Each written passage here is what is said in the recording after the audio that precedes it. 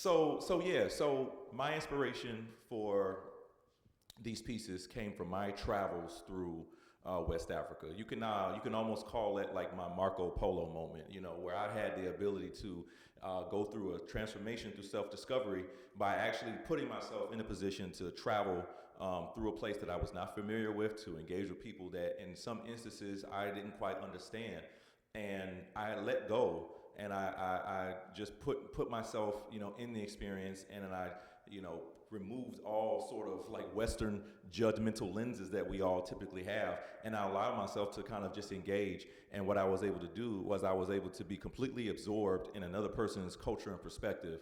And what that did for me is that it gave me the ability to actually see with a different set of eyes as to what was actually going on and how it was being done, and it inspired me.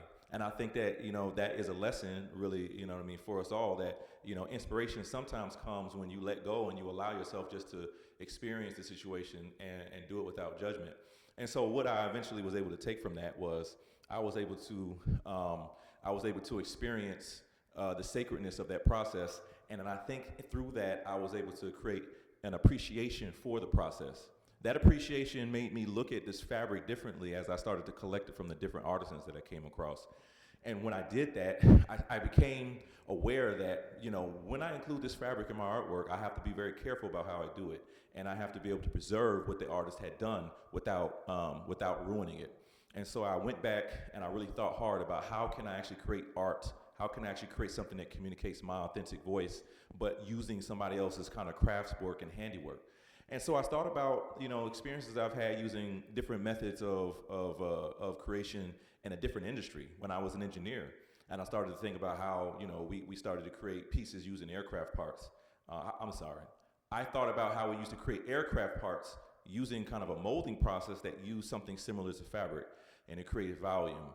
Now, this was a long process, and it took many, many years to really perfect it, but I eventually came up with this system of putting this dimensional I came up with this process of putting dimensionality into the fabric without actually having to paint over it. And that's when I knew I had something where I was able to do both, preserve the craft, but also be able to imbue it with my authentic voice. So what we have is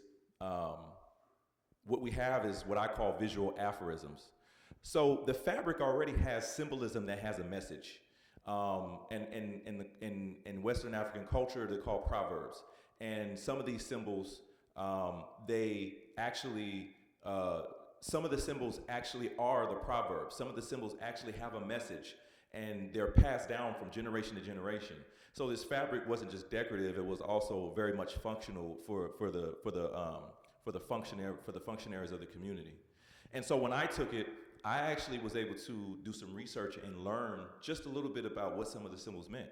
And then I took that and then I thought about my experience and what I learned from this and how I could communicate this with the audiences that I come across. And that's when I came up with this idea of dope. It was also a bit close. It was also a bit of my personality that went into it as well. Because when everybody would ask me, how was your experience in West Africa? What did you do? And it was too much to try to explain.